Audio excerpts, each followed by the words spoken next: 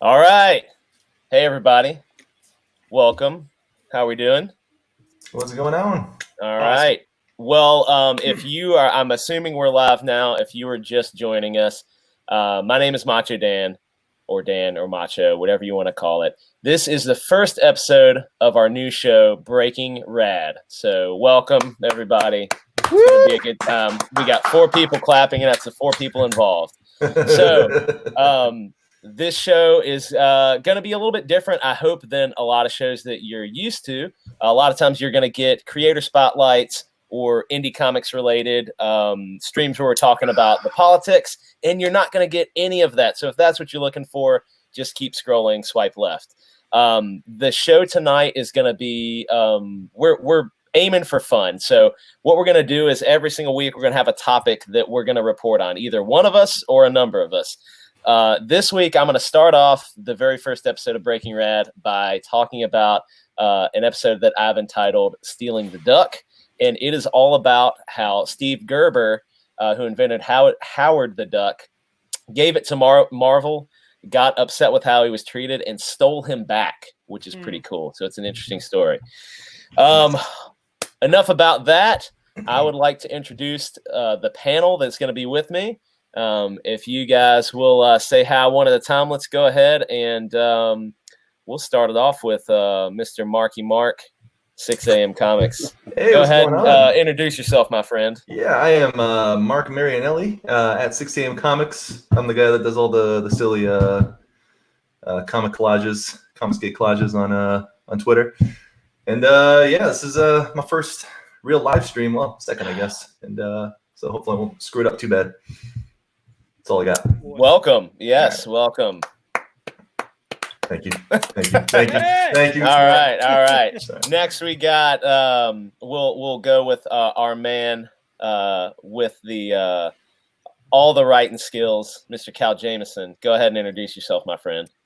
I don't think I have all of them. I got a little bit of them. I'm Cal, and this is not my first or second stream. This is like my 12th or 15th stream, somewhere around there. I'm not great at it, but hopefully I'll break rad at some point. And yeah, thanks for having me on. Absolutely. And last and definitely least is our friend, the smelliest man around. Go ahead and introduce yourself. Yo, what up? This is the Mud Man, your friendly neighborhood Mud Man. And as you can see by my title, I am the better half of Team Hero. Mm-hmm. So that's basically all you need to know. Macho is going to do his best today, and I'm here to clean up after him and make sure that it goes well. Right on. Sounds good. Well, that is it. That is our panel. We have kind of this is our trial run, episode number 1. So there's going to be some things that we mess up or mix up, but we're going to start real quick. Before we get going, though, I wanted to look at the chat, which I have somehow moved. There it goes. Looks like we got our boy Mutt 7 of 9 is in here. He says stealing ducks is morally ambiguous. Yes. I agree. Cross Comics, Mr. Sexy Rick Piper. Oh, Yeah, okay. he said that he is funded. So Canadian Shield is funded, I think. Is that correct? Oh, that's Congratulations. That is Congrats, awesome. buddy. Well done, my friend. Congratulations. Right on. Absolutely. And he did message me, and he was hoping to come on tonight. And I feel really bad that I had to say no. Said no to Rick. What's wrong with you? I know I said no to Rick. I feel really bad. Like I felt bad typing that, but but anyway. So I'm airing my my failures right now for him.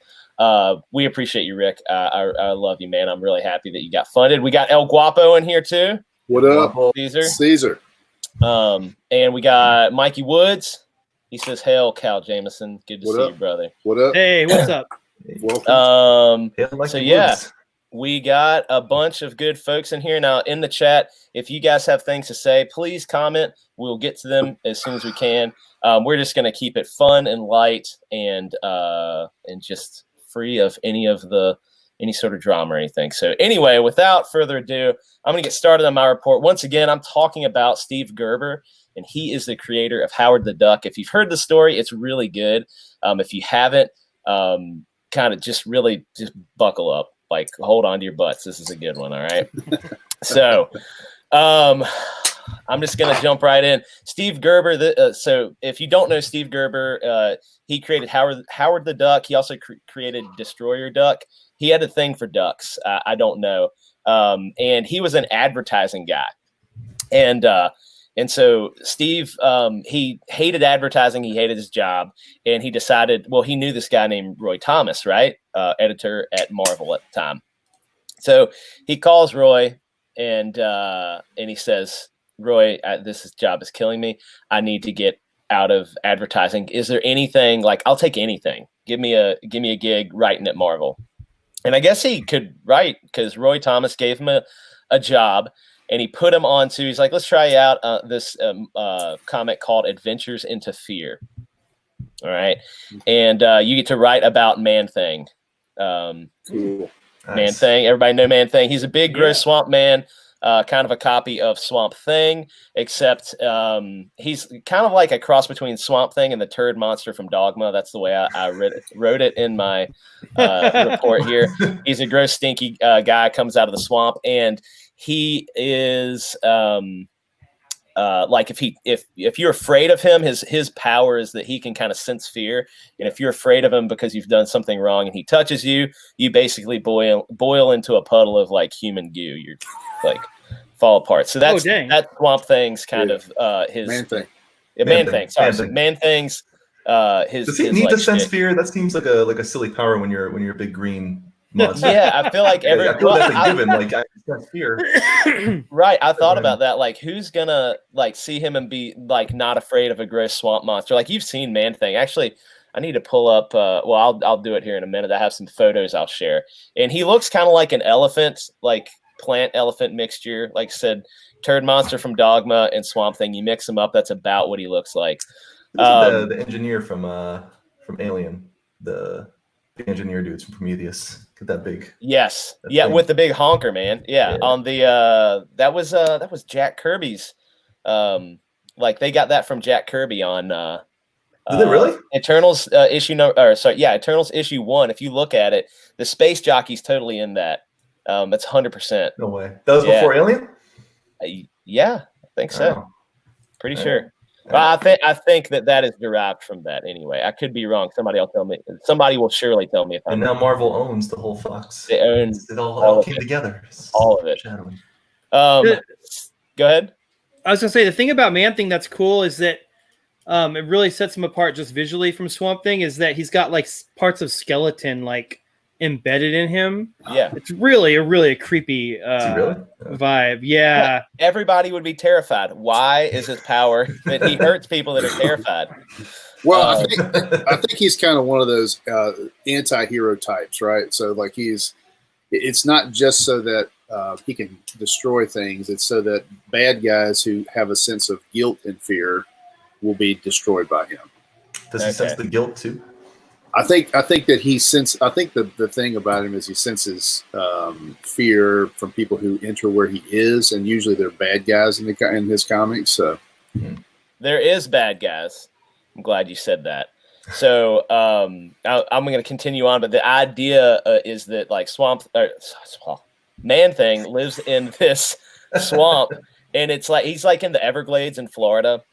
In his little slice of swamp heaven, he has like this nexus of realities that just happens around him. And in issue number 1, there's all kinds of weird creatures, and they just kind of like fall out of these parallel universes. And one of those weird creatures happens to be Howard the Duck. Okay. And so I'm going to read you guys the opening header for issue 1 of Adventures into Fear. And this is the first appearance of Howard the Duck in comics. So this is just going to set the scene, okay? The scene is the F.A. Schist construction camp on the edge of the swamp, and the situation is simply stated as this. Reality has run amok. The demons in the service of the mysterious Overmaster, who seeks to rule the universe, and those who stand against him, are a barbarian prince, a disturbingly human duck, and a macabre Man-Thing. This is but a prelude to the battle for the palace of the gods. Right? What is that? What do you guys feel when you hear that? I kind of want Muttman to read that because I feel like Does he's it got a get good you- voice for. He does have a good voice for that. Yeah, much better than Macho's. Does it Much get you better. amped up for this comic book? Are you like Yeah, fired up to hear it? absolutely. I think it sounds cool, right? All right. Well, this is basically how things shake out. You got Man Thing who can sense fear, and if you're afraid of him and he touches you, you burn and die in a horrible death. You got this barbarian. He's like a He-Man wannabe. He has a pink skirt on and a big gold earrings, like big gold bangles. They were going for his Prince version of He-Man. Exactly. And this is a perfect, like, they could bring him right back. Marvel, this is like bread and butter right now. If you bring back, his name's Korek. He loves chopping up demons. He loves cutting them up. Like in the book, they actually show him. He's like lopping arms off and heads off, and they're falling apart. It's pretty great. And then you got the subject of our report, Howard the Duck, and he looks like Donald Duck. He looks like if Donald made a bunch of bad choices in life. He never met Mickey. He wound up living in the Bronx instead of Florida. And he has a bad habit of smoking cigars and drinking like hard liquor. That's kind of what you get. He also has, for some reason, a revolver that he's carrying around. Yeah, that's right. He knows English, and he's just your classic anthropomorphic duck not wearing pants. So you got all that happening in one page. Man Thing, demons, anthropomorphic duck, all that. That's awesome. Yeah, it's visually stunning, and I'll show you some photos here in a few.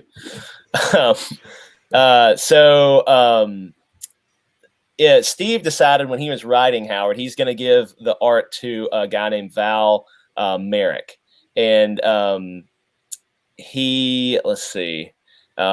so he drew a bunch of the issues, but Howard didn't last a long time. Basically, the editor at the time, Disney didn't own Marvel then, and so they were kind of getting a little bit upset that they had this duck that was very much like Donald Duck in these books, smoking cigars and stuff. So the editor was like, "You gotta, like, we're done. We got to get rid of Howard the Duck. It's real funny. You did a great job. He's out." So after a few issues, his story arc was over, and Howard got put into a dimensional portal. Because remember, they're in the Everglades where the nexus of realities happens. Like Florida is, about like that anyway. Like if you imagine all the weird things, like Florida Man and all his adventures, right?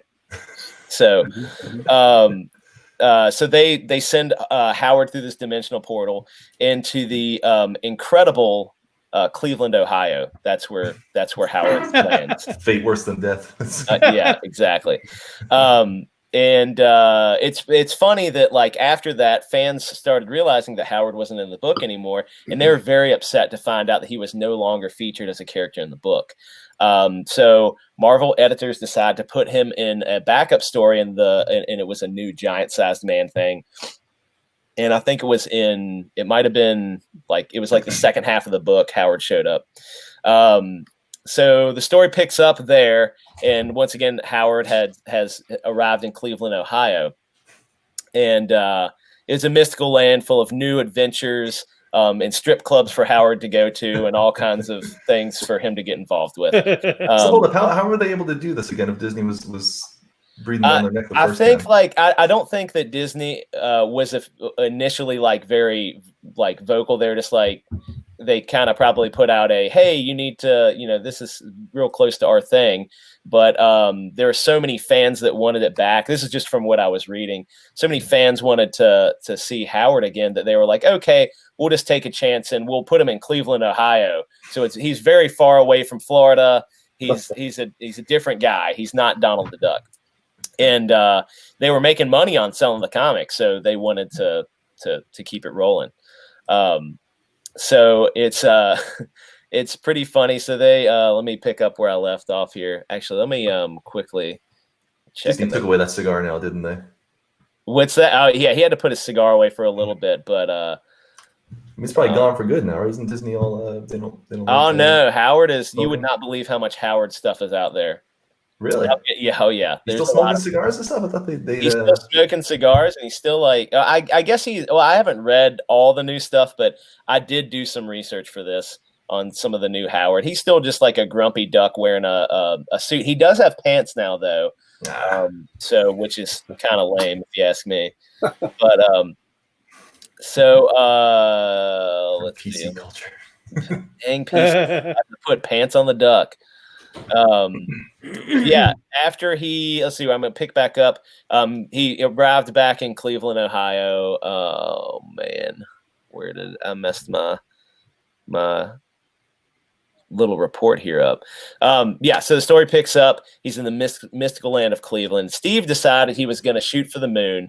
I can only imagine the sort of like drugs that Steve Gerber was taking when he started writing some of this stuff. Okay, because in Cleveland, Ohio, Donald started getting mixed up with all kinds of questionable characters and having some interesting misadventures. Some notable names are for the villains in his comics were Bessie the Hell Cow. That's a great name. Yeah, that's pretty fantastic. Garco the Man Frog, Turnip Man, the Kidney Lady, and the Elf with the Gun. All right. Elf with the Gun. The Elf with the Gun. Yeah. I gotta get my hands on these comics. So yeah, I did read some Howard because I have the Marvel app on my iPad, so I can just like look up all kinds of back issues, and they are really weird. They're super weird. So yeah, so Turnip Man, Kidney Lady, Elf with a Gun, like pretty exciting stuff. Do we know the powers of these characters? I'm curious what. I don't know. Somebody Man's... should get on that. We should have somebody. While I'm reading, somebody should get on that and get me some info on Turnip Man, what Turnip Man can do. So one of you guys work on that. All right. And amazingly, the book was a wild success. Howard eventually got his own comic book, and which was pretty cool. It sold out, first issue, 275,000 copies. Wow. Howard sold out in issue number 1. There's got to be some crossover there with Disney. Like people probably thought it was going to be something else. Yeah, I would imagine that some people picked that up and they were like, "What am I reading?" Yeah. So anyway, it was incredibly successful.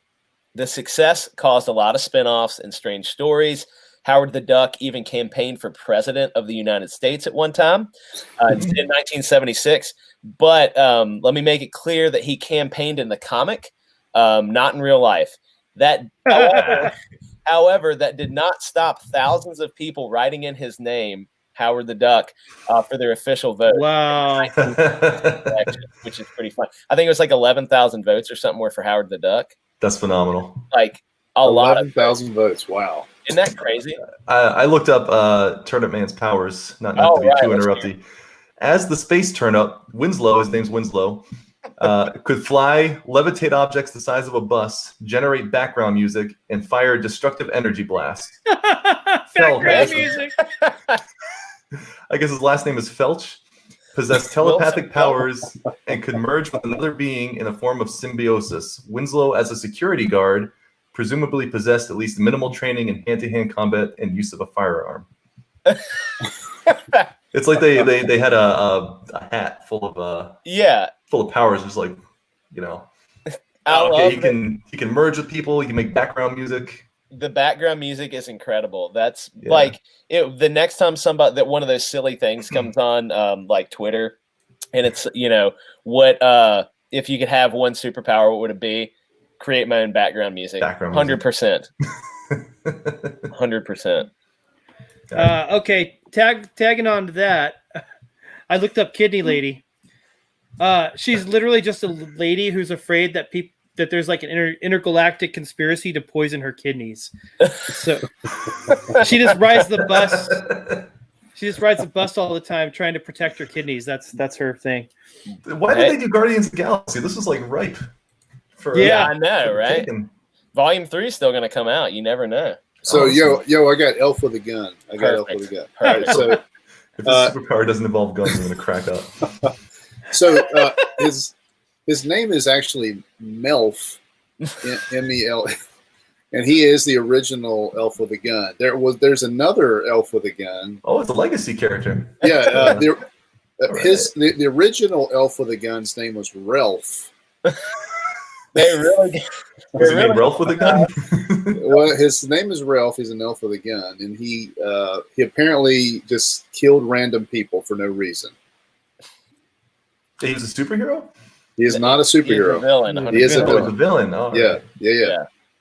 Oh, this is like it's a Elf great with a role gun. together. Yeah, he's just an evil elf, right? He's just a mean little elf who likes to shoot people. Yeah, it's messed I up. was picturing Will Ferrell with a gun when Well, I have a photo. Like once again, I'll show some photos here later, and I have a photo of Elf with a gun. It's not too far off of Will Ferrell in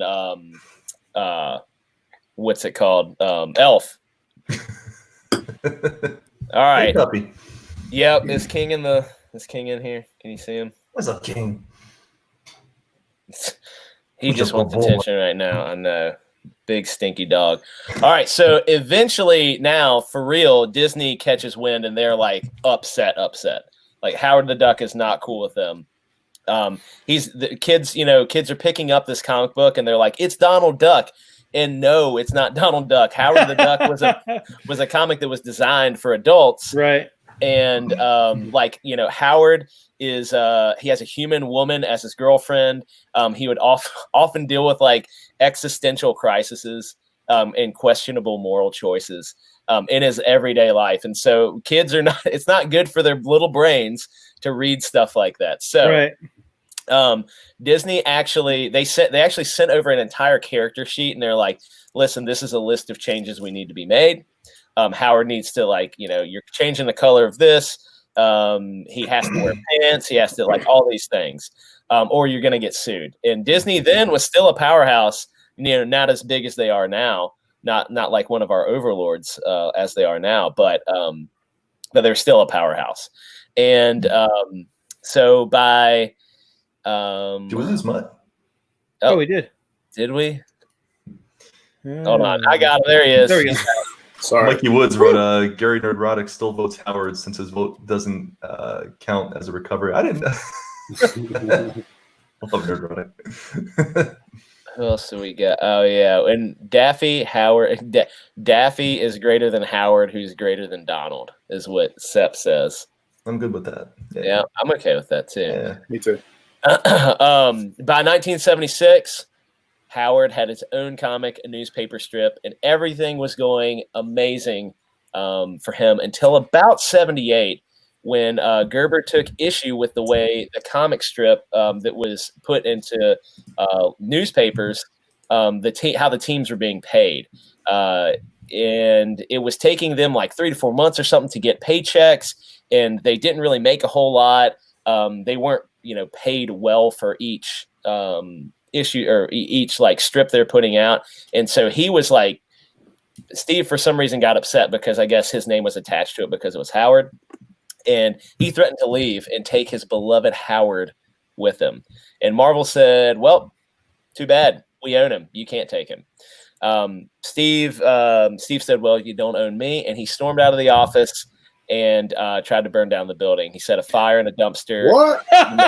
And he Really? No, he didn't do that. Oh. I wrote it in here because I thought you guys would be shocked.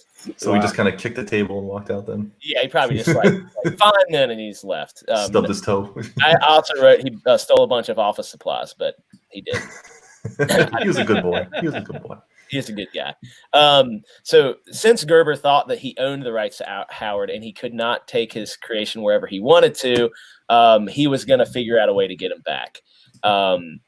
He worked a couple different times with Marvel, in and out, but Howard remained in Marvel prison. He sued Marvel, and the suit dragged on for years. Ultimately, it cost Steve Gerber a lot of money, but ultimately they ruled in the favor of Marvel, which is a bummer. Yeah. So let's pause right here on Steve, and we're going to take a little field trip in our time machine. Okay, we're going to jump back to the groovy year of 1973. Okay, we're in 78. We're going to jump back to 73. And a young director with some real early success in the motion picture industry, he got a copy of Howard the Duck. Mm-hmm. He pitched this idea to a bunch of movie writers. And unfortunately, that never amounted to anything because he was so busy. He was writing this blockbuster movie. It literally changed history. Any guesses what that movie was? In 73? It was, that movie didn't come out in 73. This is when he was writing this movie that literally changed history. Are we talking about Howard the Duck now? Is that this? This is just a movie. Well, this is linked to this director. So, anybody? No. How about Mr. George Lucas, who wrote Star Wars? What? He loved Howard the Duck. He loved it. Oh, what? right? So George Lucas, who wrote and directed Star Wars, he went on to make Indiana Jones, The Empire Strikes Back, Return of the Jedi, all those incredible movies that we know and love. He did those, and he put Howard aside. All right, they just didn't amount to anything. Nice But job. after he did all of his incredible movies, he was kind of worried that his success would dry up. All right, so all the merchandising would slowly fall off, and he decided to pitch another movie to Universal Studios, who actually passed on Star Wars the first time around. So when George Lucas came back up, and he was like, "Listen, I got this movie." Howard the Duck. Here it is. It's a duck with no pants. He lives in a human world in Cleveland, Ohio, and he has this human girlfriend. Universal was like, yes, we're in 100%. Universal saw Star Wars. Let's make this movie. All right. So oh my gosh. Kicking themselves. Mr. Skywalker pitched it, and they jumped in head first. They didn't look. And this turned out to be a failure of incredibly epic proportions. I will say that they wanted to do an animated movie, but Universal already had an animated movie planned for that year, and they decided to go live action. I think that was the biggest mistake. If they would have done it animated, it might have actually worked. But the live action movie, and I have another photo later, is terrifying. It is not good at all. It didn't translate to the big screen. And this is just I don't know why I wrote this in here, but I think Howard looks like Sean Austin. Kind of does. It does look like Sean Austin. All right. Funny because, oh man. Yeah. Wow. So George Lucas doesn't just have wins, guys. No. No, wow. Doesn't. Jar Jar Binks is making a lot more sense to me right now. Right? He is. Yeah, there was a precursor to that, a big flop precursor to that. And I've seen this movie. Have you guys seen that movie? Which one? The Howard the Duck. Howard the Duck, the original George Lucas. Oh yeah. I mean, I've seen clips. I haven't watched the full thing. But. Yeah. Well, you're lucky for you. So I remember watching it as a kid and liking it for obvious reasons. But I when I was reading this, I was doing this research and I was looking at it. And I was like, George Lucas did not direct that movie. And I looked it up, and sure enough, it says on the movie poster that was like sitting in the glass in the front of the theater, freaking directed by George Lucas. Like, how did that guy make that mistake? So if the prequels had come out in the 80s, we would have had like a really dirty Jar Jar then. Yeah, right? A dirty Jar Jar with no pants on? That would have been phenomenal. I'm telling you, man. See the romantic involvement between Leah Thompson and Howard in that movie. That kind of messed me up as a kid. Yeah, right. Yeah, because we're going to be talking about on the next show. Yeah, look, if we're all willing to accept Jessica Rabbit and Roger Rabbit, I'm willing to accept Howard the Duck. Sure. Right.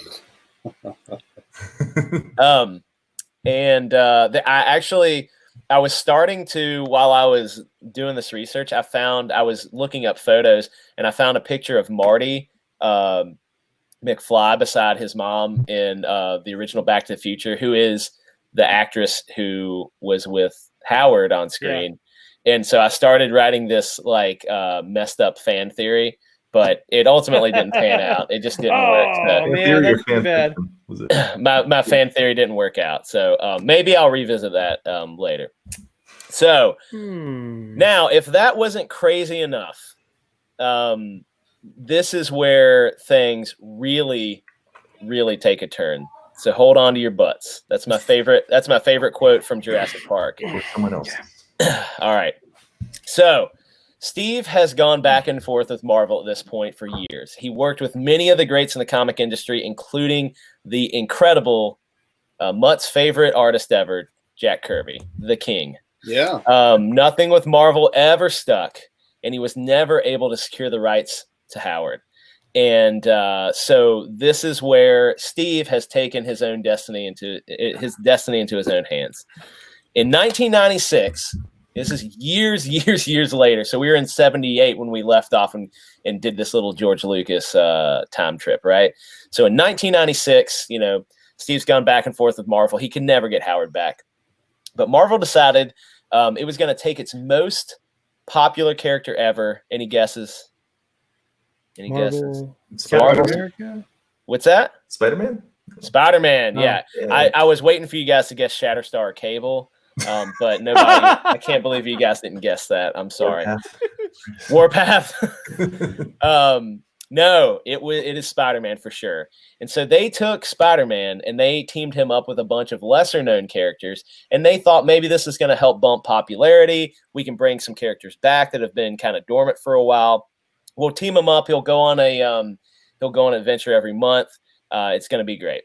So they decide that Howard the Duck is perfect for this role. All right, nobody wanted to do it. None of the writers or artists wanted to tackle it, and the main reason was because Steve was in and out of Marvel, and he was friends with all these guys, and they didn't feel right about taking it and stepping on his toes because he loved Howard. That was always his character. So Marvel decides, hey, let's just call Steve Gerber, see what happens. Okay, maybe Steve will, maybe he'll do it for us. So it was a hard pass. Steve was not into it. He thought he was kind of upset because once again, he's been fighting for this character for years, for decades now. But then out of the blue, Steve calls Marvel back and says, you know what? I've had a change of heart, guys. I appreciate you calling me. I do want to do this story. I'll write this story for you with Spider-Man and Howard the Duck. So Steve throws down on this. But he has a plan ultimately to do something to Marvel here. While Marvel was getting the comic ready for print, Steve went behind their back.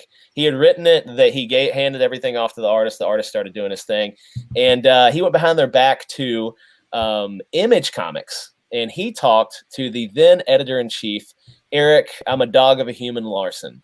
All right, you guys know that guy, Eric, I'm a dog of a human Larson. He's not that bad. He's not that bad. Give him a chance. And I also wrote in here in my notes, Eric Larson sucks. He's a really nice guy. He is a terrible human being. He's horrible. He's terrible. Sorry to gang up on you, Mutt. Dude, he's awful. Mutt is just saying that because Mutt's just saying that because he knows I hate Eric Larson. I love Eric Larson's art. He is a great artist. There's I can't take that away from him. But as a human being, he is terrible. Anyway, what if he's Larson? Steve somehow convinced Larson to do this comic. Basically, this is how it's going to work. He is going to get Savage Dragon, Eric's character, and a character that Steve does have the rights to called Destroyer Duck. And they're going to team up in their own comic. And wait, who's Destroyer Duck? Destroyer Duck is he is kind of like he's Howard the Duck, except he wears like a beanie cap, and he has like miniguns and stuff. And he's just like he's kind of like the Punisher, except a duck, kind of. So he shoots a lot of guns and stuff. Also, not a great character, really. Does he wear pants? Sometimes yes, sometimes no. I've seen pictures with both. Most of the time he wears pants, no shoes, still no shoes. Yeah. But so yeah, he's teaming up Destroyer Duck and Savage Dragon. And what he wanted to do is he wanted this to be a crossover with Marvel. So he goes back to Marvel and says, listen, I got Eric Larson from Image, and he is agreed to do this comic, Destroyer Duck and Savage Dragon, and then we have Howard the Duck and Spider-Man, and we're going to cross them over, all right? We're going to fix the ends of this book. cross them over. They're going to meet. It's going to be incredible, right? There'll be crossover people buying from both companies. It's going to be fantastic. So Marvel, for whatever reason, said, yeah, sure, go for it. Just, make sure it doesn't make us look bad. We don't get in trouble or there's no rights issues or anything like that. And Steve's like, don't even worry about it. I got this. It's fine. No big deal, everybody. So Steve gets these comics made, and Marvel doesn't realize it until the comic comes out, but Steve pulled a fast one. So in the comic, you have both of the storylines. They each end up in a warehouse in the same city, and Savage Dragon and Destroyer Duck enter this warehouse. They enter from one end of the warehouse, and then they're looking for this villain. It's a guy by the name of the Elf with a Gun. Okay. Nice. Oh, sorry. They're looking for. Well, they're ultimately looking for Elf with a Gun, but he has a partner that was a Image created villain. At the same time, Spider-Man, Beverly, who's Howard's girlfriend, and Howard go into the other end of the same building, same warehouse. They fight their respective villains. The Elf with the Gun, and there's some lady with a big snake that's always attached to her. It was real weird too. And in the final kind of scene of the book, they're Savage. It's a lady with a snake. So in the final pages of the book, Howard and Spider-Man and Beverly see these two dark shadows, shadowy figures, and it's Destroyer Duck and Savage Dragon. And in the same, they see these shadowy figures, and it's Howard and those guys. And so what happens is when they encounter each other, they have this big battle and they go their separate ways. But this is where things get really interesting. In the Image comic, they added a. Okay. They now get interesting. It gets way more interesting, trust me. So in the Image comic, they added some extra panels. So buckle in. The Elf with a Gun uses his magic right before this battle ensues. Okay, that's right. The elf, he doesn't just have a gun. He has magic. He has magic too. So the Elf with a Gun uses his magic powers to create thousands of clones of Howard the Duck and Beverly, which causes chaos. All right. In that chaos, it allows the Elf with the Gun to escape during the madness. So during this chaos, Destroyer Duck sees the real Howard and Beverly, and they're kind of they're over to the side as all these other Howards and Beverlys, and like there's chaos happening, right? And Destroyer Duck's like, hey, Savage Dragon, let's just snag the real Howard and Beverly. Like, these guys seem like they tackle all kinds of weird stuff all the time. I bet they could really help out in the Image universe. Like, they could help us out over here, right? And Savage Dragon, I guess, goes along with it, even though he's a law-abiding police officer at the time. Disgraceful. That should tell you all you need to know about Eric Larson. So there, he's like, these other guys, like Spider-Man, won't even know. Who is this Spider-Man guy? Lame anyway. Like, why would you name yourself after a spider? So they Destroyer Duck and Savage Dragon take the real Howard and Beverly back to the Image universe with them, and they leave Spider-Man with a clone of Howard and Beverly. For whatever reason, one set of clones does not disappear in this comic, and that's the Howard and Beverly clone. Is that the Howard we have today? Is it Clone Howard? So, yes. That's why he wears pants. Steve is laughing all the way back to the bank because he totally did a little switcheroo, and at least in the context of this comic book, the real Howard is free, and he's in the Image universe. So the Destroyer Duck takes these guys back, and they leave Spider-Man with the clones. The thing is, Marvel technically owns Howard. They still technically own the rights to Howard the Duck. But Steve Gerber, until he passed away, said that they own the rights to the they're using a clone Howard. They're not actually using the real one. Can you get the rights to a character if you say it's a clone? I don't know. It's never gonna work. It would never work out. Marvel has so many lawyers. They just throw lawyers at you until you were suffocated in lawyers. I just love that Elf with the Gun's magic power is to turn other people into clones. Right. I don't get it. It's so he can make more of his enemies that I guess he can shoot. Is that So Yeah. in the That's last funny. page, though, listen to this. This is the last bit. In the last page, Howard and Beverly they changed their names. Howard takes up the name Leonard, and Beverly changes her name to Melody. So after this comic book happens, the Savage Dragon and Spider-Man crossover, Steve actually took the characters of Leonard and Melody and started his own creator-owned universe where Leonard and Melody go on crazy adventures, just as Howard, like acting and working just like Howard and Beverly. So that is how Steve Gerber stole Howard back from Marvel Comics. Wow. Do other comics out Well there told. about Leonard That's and Mel? amazing. Isn't that crazy?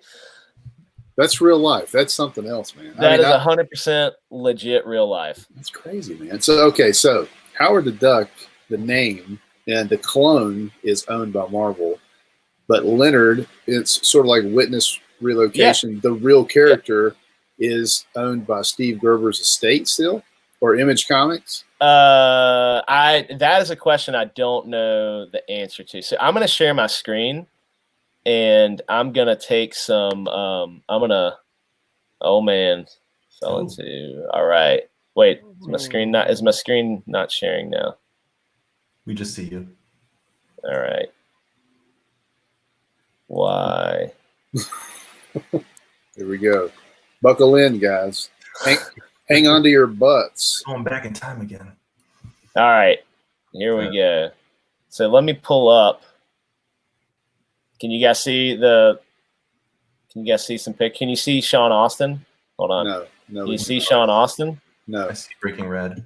Oh man. All right. How do you work this dang old thing? You got to share the correct window.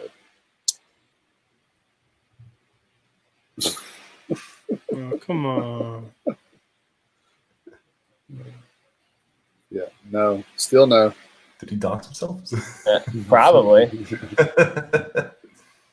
I did that once. Add to stream. Is that my screen right here? Yes, sir. Yeah.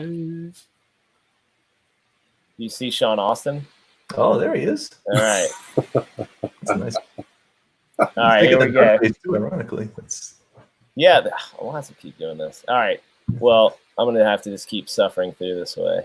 All right, so let's look at some photos. Here's the elf with the gun. Oh, look at that! Love it, dude. That's holy crap. Disney owns this guy. That's amazing. That's elf with a gun. He's a Disney character now. Sean Austin again, everybody. Let's pull up. Let's see. Let's look at Sean Austin and Howard the Duck side by side. Oh my gosh! No. Oh my gosh! Who did play Howard? It's Rudy the Duck. Rudy the Duck. I don't know who played him. Those are things I probably should have looked at. Yeah, right. So, so let's take a look. Here's the poster for Howard the Duck that was in theaters, and it says George Lucas right there. Wow, it's incredible. Let's see, what else do we got here? So here is the issue of Spider-Man with the team up, and it also had Gambit. what? You know that bad boy was just full of excitement. Dang. I gotta check on Comixology if they have that. You should check it out. Let's take a look at a couple pictures from that comic. Here's Elf with a gun threatening a guy in a hospital bed. There's the snake lady. See, there's snake lady. Well, there she is. Look at that butt cheek. Right over the snake. That's phenomenal. Look at that.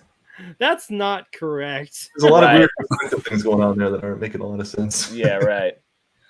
So let's see, what else do we got here? Here is there's all the bad guys. So there's like fake Joker, Elf with a gun, Snake Lady, Bullet Head, and then these two dudes like BDSM French guys. Like yeah. All right. Like I don't know who was if Steve was creating this or what. It was just like real weird. Like he was smoking something. It looks like Puck. He does kind of look like Puck a little bit up in the top here, and he has a little lute on the top of his like hat here. Elf with a gun. Man, he might be my new favorite villain. Yeah. And then in this panel here, it might be kind of hard to see, but this is actually where Savage Dragon is. He's sitting with everybody, and there's Howard now. This is after Howard turned into Leonard. He's like going into like relocate. He says, "Sorry, Lynn, you can't go home again. We have to relocate you." And he said, "If you think I'm going to freeze my tail off in South Dakota," he's like, "No. Well, that's a relief. You're headed for Buffalo." And then he has this like, so Eric Larson bears some responsibility then. Yeah, I mean, he's in on it before the reveal. Yeah, 100%. So he went from Donald to Daffy. And then here is the first issue of Leonard the Duck, which they 100% copied off of the first Howard the Duck issue. Yeah. Is that Wolverine in the shadow? Yeah, they're just like he's playing with fire on this one. Like how much can we push it? And I like how he put Spider Crab here. In the bottom. even like the title and the how they formatted everything is wow. It's exactly the same. It's a 100% rip off of the Howard the Duck issue number 1. That is a grade A troll right there. Yeah, It was really funny. Like Steve Gerber might be my favorite creator now. Like he was incredible. And let's see. Do I have anything else exciting? Oh yeah, here's the first appearance of Howard right here. There's Man Thing. There's Korak. You see his little gold earring and his pink skirt. And then there's Howard the Duck right there. Wow. So yeah. So Man Thing, he doesn't have any powers related to being in a swamp, does he? I don't think so. He's a big vegetable, but his power is to smell your fear and melt you. Smell your fear and melt you. Yeah, that's it. Hey, let me show you. I have this awesome shot of him. I think I do this right. This is one. Can you guys see that? No, hold on. Let me do it. There we go. Oh, so that's what I'm talking. Look at those skulls. There's like a rib cage. That's really good. Oh my gosh. Yeah. I mean, I love Swamp Thing, but dude, that's super good. There's like I think there's a snake in him crawling through that dude's skull. Yeah, that's wicked, dude. That's cool. Okay, I do respect the skirt, Gothic art. Yeah. So that's my report. That is my report on Howard the Duck and Steve Gerber. What do you guys think? That was dude, great. That's really good, man. It makes me nervous about when I have to do one of these because that's a good story, man. That's like that could be made into a movie, right? Like there should be a documentary about it. Yeah. I'm just gonna start cloning everybody's independent characters now. I'm gonna have like Leonard Sasquatch. Yeah, right? Yeah. I think it's interesting that he came out of an advertising background. Yeah. And then so he comes into comics later, right? And then he becomes like this sort of real rebel in the midst of it. So, my background is like that too. I'm kind of coming from advertising, marketing into comics. So all the bad boys are in. That's right. That's right. All the bad boys. Yeah. Well, the reason I'm relating to it is I think that when you kind of come into it older and a little bit more seasoned, especially in a hard hitting corporate world, it's possible that you could be a little bit more savvy, right? So he'd probably come in a little bit more savvy. A lot of these guys that start out young, start out as illustrators or writers, they get used to the comic, the world, and how things work.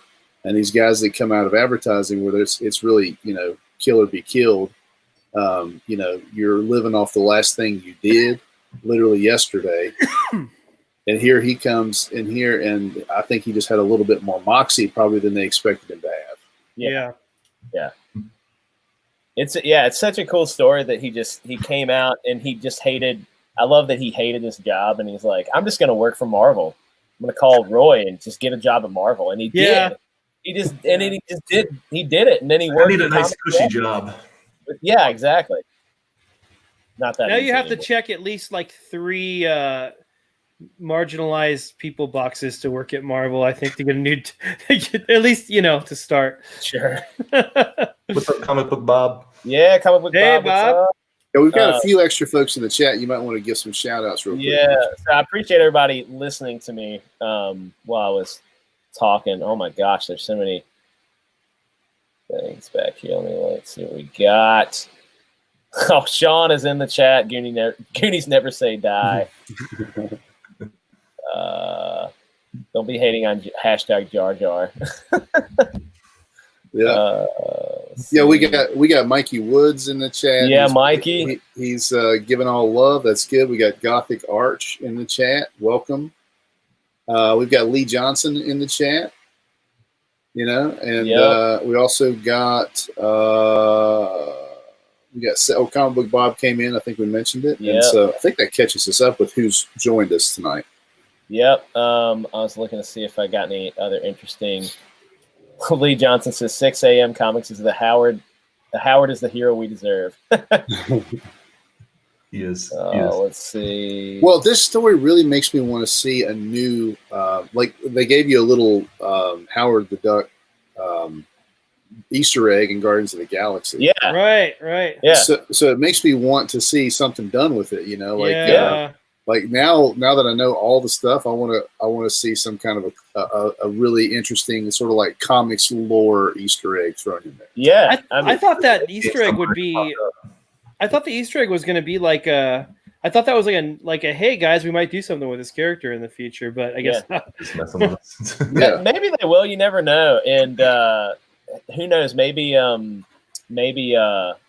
Howard will get a resurgence again and get popular again. Well, with the direction Marvel's going, I don't think he fits. Probably not. He fits into that. He's like Howard is like a whiskey drinking, cigar smoking white guy trapped in a duck's body, and that's not good. According to Taylor Swift's new song. Have you guys seen that? No. It's called The Man. Watch it. It should be called The Straw Man. Because it's basically her dressed as a guy singing about how much better she'd have it if she was a guy while she's a multimillionaire. Yeah, singer. she's got it really hard, really bad. Oh my gosh. Well, so James Gunn is back to direct Guardians of the Galaxy 3, and I think that he would be the creative push behind those kinds of things. And so probably Marvel didn't really know what to expect toward the end of Guardians of the Galaxy 2 because of the bad press. He got fired, so they're probably just kind of in the editing room put a big old stop on that kind of stuff. Is he coming back? I thought I heard he was coming back. Yeah. He is. Yeah, he's going to be doing Guardians of the Galaxy 3 and he finished Suicide Squad recently. Yeah, Suicide Squad 2, yeah. Yeah. I mean it might be good. Sides. I'll probably see it. I didn't even realize while you're talking about it, all the Sean Astin talk, and we've got the Goonies shirt again. Oh yeah. Yeah, I wasn't even thinking about it, but yeah. I didn't know. I had no idea ahead of time. He's like the Kevin Bacon of the nerd world. Yeah. All right. So Sean said, pretty sure I saw Howard the Duck in the theater to my shame. When I think they have killed the X-Men beyond anything possible, they kill them all over again. You're not wrong. Are they doing something else with it soon, or what? Have you seen this opening a can of worms? Well, I'll tell you guys this. We can talk about it, and then we'll move on a little bit. But recently there was an article, and some of it is sensationalized to a point, but it's so like I wanted to believe that people were just being a little crazy and like trying to draw all these conclusions to something that wasn't there, but there's something there. Oh what they've no! done is in the newest, it's like House of X maybe. On the dark side of the moon, the Summers family, Cyclops, has built this like compound for the Summers family, and so all the Summers, like it's Cable and Havoc and what's her name, Hope Summers, and all of them, they live there. But Cyclops Jean Grey and Wolverine have 3 adjoining rooms, and there's some very weird dialogue between Wolverine and Cyclops, which leads you to believe there was like some sort of relationship. And so all those years of hating each other was really just frustration. What's that? All those years of hating each other was really just, you know, they're just mad that they couldn't be together, I guess. I don't know. It's like, look, if we ever get to the moon, you know, nobody's there to, So anyway, there's like, it's like Iceman and John Constantine, like all the retrofitting. It's fine. Create an LGBTQ plus character. That's fine. But stop retroactively making characters something that they're not. Right. Hey, look, what happens on the dark side of the moon stays on the dark side. On the dark side of the moon. 100%. Let it stay there. 100%. I was just thinking that Jean Grey is the problem, because she was the problem with Iceman, right? Yeah. And now she's the problem with this situation. So we really she needed to die and stay dead. Is really what it comes down to. Yeah, Jean Grey's the problem. She's changing everybody's minds in the future and in the past. This all goes back to the Phoenix. It's true. All right, so I want to move on real quick, and I have a question for you guys, and I thought it would be fun to end each show with a question, a hard one in the chat. You can participate as well. Give us your opinion. So I'm just going to start it off this time with a would you rather. All right. And I thought about Cal when I picked this question, but you guys can take turns answering. Would you rather lose the ability to read or lose the ability to speak? Oh, read. You say read? I don't use that anyway. It's fine. I draw pictures for a living. That's true. Cal, what do you got? It's a tough one because I'm actually not great at speaking. I write well, I sing well, but I'm not good at talking, making words come out of my mouth in a speaking fashion. And I do a lot of my reading through my ears lately through Audible. So me too. I don't know, man. That's a tough one. I would say dictate some Obi Sasquatch to yeah, right. I would say read. Yeah. I'd say read. I mean, I'll type. I'll just type and like trust my instincts. Yeah. And then I'll just hire an editor to. Somebody will be like, "What does this even say?" Yeah. Well, no. In the days now with voice text, you don't need it. You can dictate to the computer. Comic Book Bob says, "I speak with my fists." And then Septinov says, "I would rather lose the ability to speak. Sign language can be learned." Mm-hmm.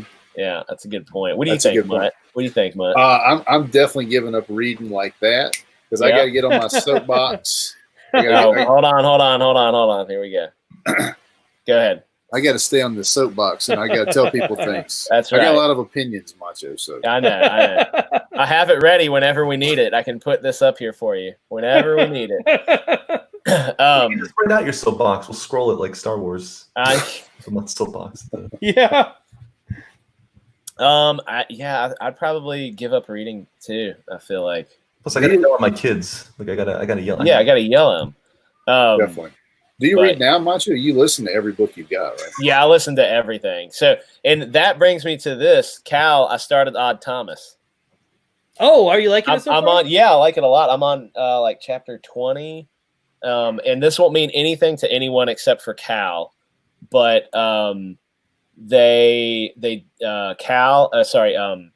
Odd and Stormy just left the bowling alley where they were looking for Fungus Guy. There you go. Oh man, dude, I love that. I just finished the series. Yep. And then there's like a Dean Koontz wrote like a short like a flashback kind of a thing from when they were teenagers. And I read that, and then I found out there's like an interlude that I have to find that and read it. But man, the whole series together is so good. How many books are there? I think there's more than 8. 5. I think there's like 7, 8, or 9, something like that. I think between 7 and 8. So, yeah, it's good. I'm liking it a lot so far. Cool. Yeah.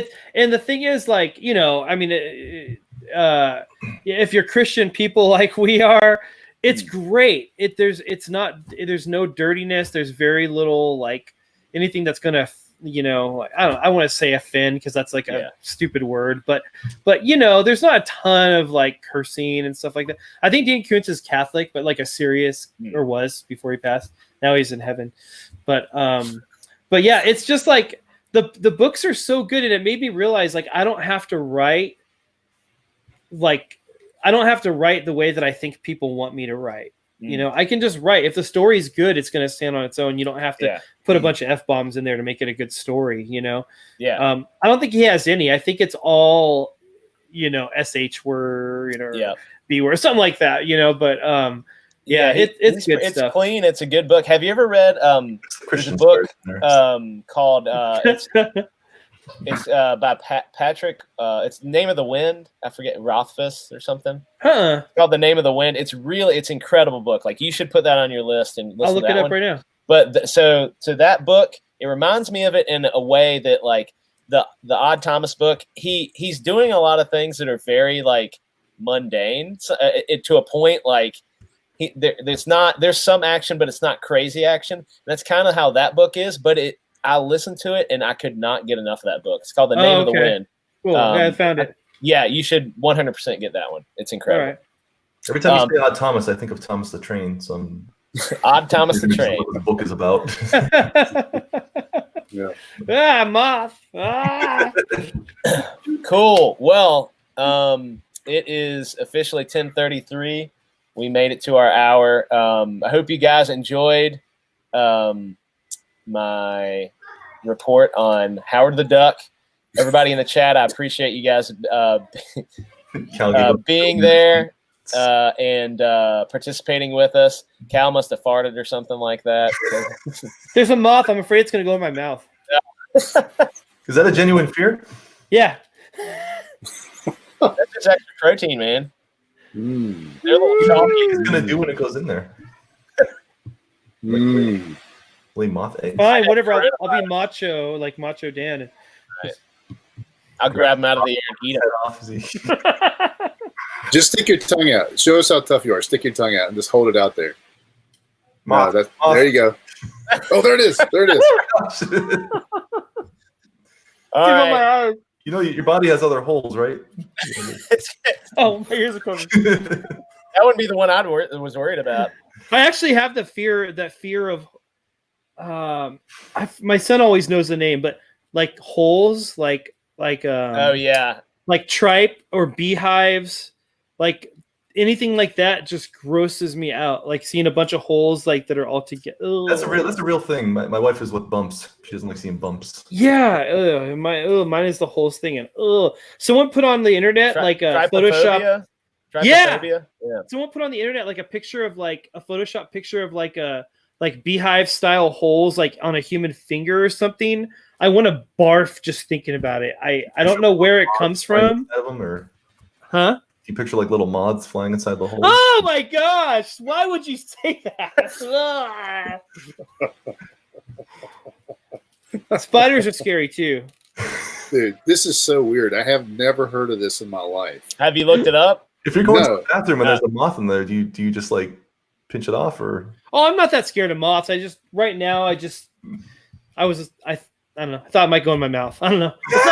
It's not a constant fear I have. I'm not like walking around every day like, there's a moth. I know there's a moth somewhere. No. What about spiders? They say spiders go in your mouth. That's what they say. I choose to ignore that. We have wolf spiders down here, and I thought that is. Have you guys heard that like in fig Newtons, there's like so many there's a percentage of a fig Newton in every fig Newton that's bug. So it's like bug matter. So it's like every fig Newton is 15% bug parts. I've heard that about like all kinds of food that they're allowed to put like a certain amount of but a certain amount of like insects are allowed to be in our food.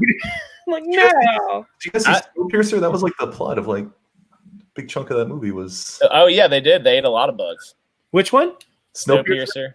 Dude, I was just thinking that. And the Snowpiercer's food looks like fig Newtons with no Newton or whatever it is on the outside. I like Fig Newtons. After I heard that they might be more bug, like it didn't bother me. Yeah, I'll keep eating them. You'd survive it. You'd survive if you I'd survive the apocalypse. I like the crunchy bits and like Fig Newtons. You could do it, and you've got like meat tearing teeth too already, so you're already Oh dang! Look at that. built for survival. Delicious. Yeah, Shinobi all Sasquatch. natural. Yeah, I'm a day walker. he's like it. All right. Well, thank you guys for joining us. Everybody in the chat, we appreciate you. Let's see who we got. Once again, Sean, Comic Book Bob, El Guapo, Septinov. Muttman, how'd you get in there? Lee Johnson. Anybody else? What was it? Mikey Woods. Thank you, sir, for coming. Cross Comics. Congratulations again, Rick. Yeah, we appreciate you guys. Lee bought some merch from the Shinobi Sasquatch store. Oh, Thank sweet. you, Lee. Lee's a good dude. Lee's a great dude. Way to go, Lee. Good to be. Aguapo says, good show, guys. Appreciate that so much, man. We're going to keep on. We're going to do this every other week. So not next week, but the week after we'll do another one. And we're going to come in with, what was the title of the next one, Mutt? It was Things That Messed Us Up. Yeah, basically. I can't remember exactly what I said. Why we're messed up. While we're messed up. Mhm. So we're each going to have a little mini report on things that messed us up. And this is all relating to pop culture, movies, TV, comic books, stuff like that. So Oh yeah, That's- Macho, are you one of the sexy vampires from Twilight Art? I mean, look at me. What kind of question is that? That's beautiful. The only time he sparkles is when he's sweating on that big dome of his in the sun. That'll blind somebody. When my head's greasy and the sun hits it just right. Change that to handsome Dan. What is That's right. Yeah, that's right. Thank you. Yeah. Somebody else gets it. Thanks. Dan? So yeah, that is a show. On that note, Handsome Dan, we're gonna end the broadcast. Everybody have a great night, and I'll see you soon. You guys stay. Oh, me stay? Yeah, you